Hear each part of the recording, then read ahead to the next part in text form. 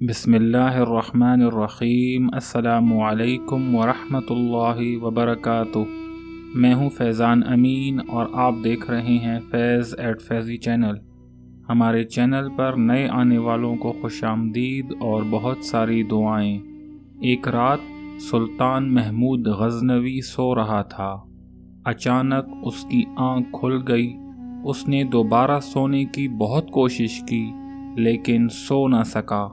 آخر اس کو خیال آیا کہ شاید دروازے پر کوئی سوالی آیا ہے۔ اس نے غلاموں کو حکم دیا کہ جا کر دیکھو۔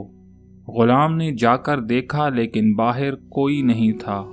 محمود غزنوی پھر سونے لگا لیکن اس کو بے چینی ہوئی اور سو نہ سکا۔ پھر اس نے سوچا شاید غلام صحیح طریقے سے دیکھ نہیں رہے، اس لیے وہ تلوار لے کر غصے سے باہر نکلا لیکن اس کو کوئی شخص نظر نہ آیا۔ قریب ہی ایک مسجد تھی۔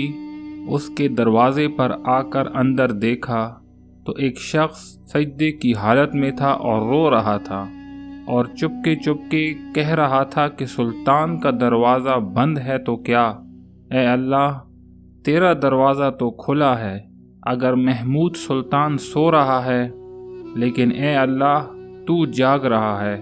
سلطان محمود یہ سن کر اس کے قریب ہوا اور بولا، محمود کی شکایت کیوں کرتے ہو؟ وہ تو تیری تلاش میں ساری رات بے چین گھوم رہا ہے۔ بتا تجھے کیا تکلیف ہے اور کون ہے جو تجھے پریشان کر رہا ہے؟ یہ سن کر وہ شخص اٹھ کھڑا ہوا اور پھوٹ پھوٹ کر رونے لگا اور بولا، حضور ایک درباری کے ہاتھوں بہت پریشان ہوں مگر اس کا نام نہیں جانتا۔ وہ روزانہ ہمارے گھر آ کر ہماری عزت کو داغدار کرنے کی کوشش کرتا ہے۔ اگر آپ نے اس تلوار سے انصاف نہ کیا تو قیامت کے دن میرا ہاتھ ہوگا اور آپ کا گریبان۔ یہ سن کر محمود غزنوی کو جوش سے پسینہ آ گیا۔ غصے سے کانپتی ہوئی آواز میں بولا، بتا کیا اس وقت بھی وہ وہیں ہوگا؟ وہ بولا، اب تو بہت رات ہو چکی، چلا گیا ہوگا لیکن وہ پھر آئے گا۔ سلطان نے کہا، اچھا اس وقت تم جاؤ، جس وقت وہ آئے مجھے اسی وقت اطلاع کرو۔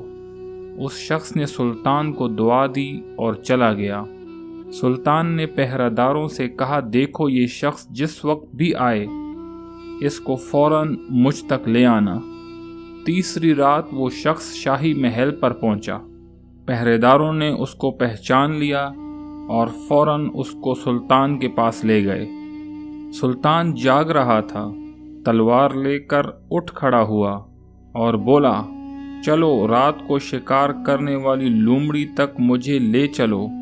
سلطان اور وہ شخص روانہ ہو گئے۔ گھر پہنچ کر اس شخص نے وہ جگہ بتائی جہاں وہ ظالم سو رہا تھا۔ سلطان نے تلوار سے ایک ہی وار میں اس کا خاتمہ کر دیا۔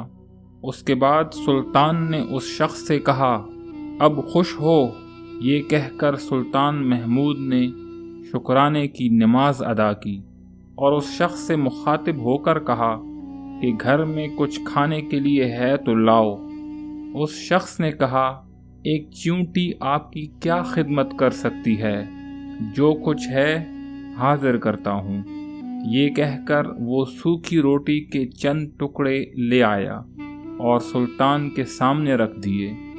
سلطان نے بہت شوق سے وہ ٹکڑے کھائے۔ کھانے سے فارغ ہو کر سلطان نے اس شخص سے کہا، معاف کرنا، میں نے کھانے کے لیے تمہیں تکلیف دی، لیکن سنو، جس دن تم مجھے ملے اور مجھے اپنا دکھ سنایا، اس دن سے میں نے قسم کھائی تھی کہ میرے اوپر رزق حرام ہے جب تک میں اس خبیث کو ختم نہ کر دوں، اور تم شکرانے کے نفل پر حیران تھے۔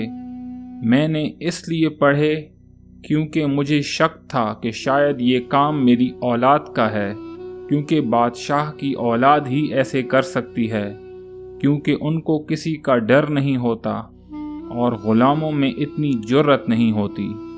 گھر سے آتے وقت مجھے یہی شک تھا